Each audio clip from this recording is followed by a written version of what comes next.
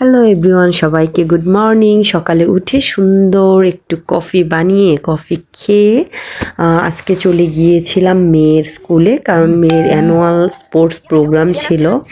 তো আমি একা একা যাব ভেবে ভাবলাম যে না, মিলাকে জোর করে ধরে নিয়ে যাই। তো মিলাকে জোর করে ধরে নিয়ে যাচ্ছে আমি।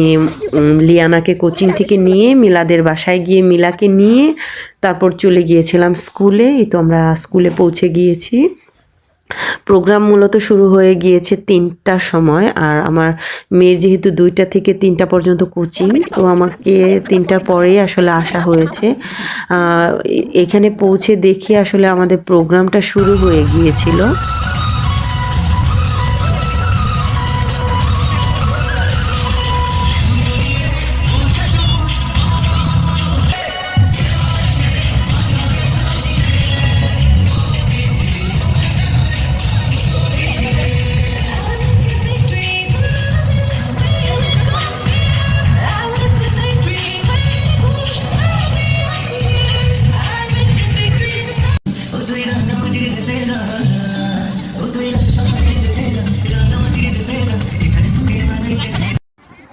এখানে বাচ্চারা যেমন খুশি তেমন সাজতে পার্টিসিপেন্ট করছিল। তাদেরকে দূর থেকেই ভিডিও করছিলাম, কারণ আসলে এখানে প্রোগ্রাম শুরুর আগেই সবাইকে ছবি ভিডিও করা নিষেধ করে দিয়েছিল। এটা আসলে এখানে রুলস। এখানে হয়তো আর্মিদের কোনো নিরাপত্তার কারণেই হয়তো ভিডিও করা বা ছবি তোলা নিষেধ করে দেওয়া হয়েছিল। তো এ কারণে আর কি একটু লুকিয়ে লুকিয়ে ভিডিও করার চেষ্টা করছিলাম। তো এখানে হলো গার্জেনদের দৌড় প্রতিযোগিতা ছেলেদের, আর আমরা আসলে বালিশ পিলো পাসিং খেলাটা খেলতে চেয়েছিলাম, কিন্তু আসলে আমরা টোকেন নিয়েছি, কিন্তু টোকেনে যে নাম্বার লিখে দেয়নি সেটা খেয়াল করিনি, তাই আমরা খেলতে পারিনি। এখানে আমি আর মিলা খেয়ে নিচ্ছিলাম, কারণ আমাদের অনেক ক্ষুধা পেয়েছিল। আর এখানে আমাদের এই মহিলাদের খেলা হচ্ছে পিলো পাসিং, যেটা আমরা খেলতে চেয়েছিলাম কিন্তু পারিনি।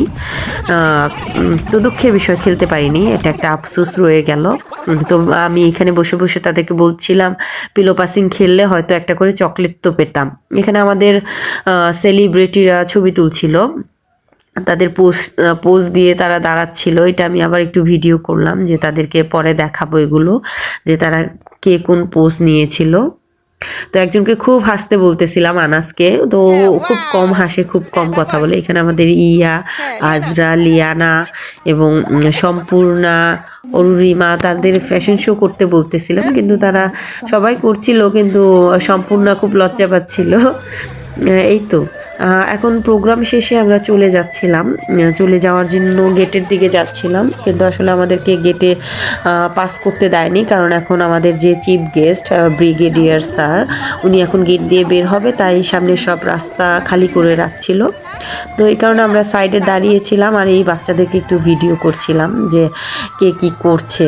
তো সব বাচ্চাকেই একসাথে দেখলে মাশাআল্লাহ এত কিউট লাগে, যা বলে বোঝানোর মতো না। আসলেই বাচ্চারা ফেরেশতার মতো নিষ্পাপ, তাই তাদের দেখলে কেমন যেন একটা স্নিগ্ধতা কাজ করে, মনের ভিতরে মনে হয় যে ফ্রেশ ফ্রেশ একটা ভাব এসে পড়ে। তো আমরা ওইখানে প্রোগ্রাম শেষ করে চলে এসেছিলাম সার্কিট হাউজে। এখানে উদ্যোক্তা মেলা হচ্ছিল, তো আমাদের মিলা আপু আমাদের খবর দিয়েছে যে উদ্যোক্তা মেলা হচ্ছে, চলো ওখানে গিয়ে আমরা চা খাবো।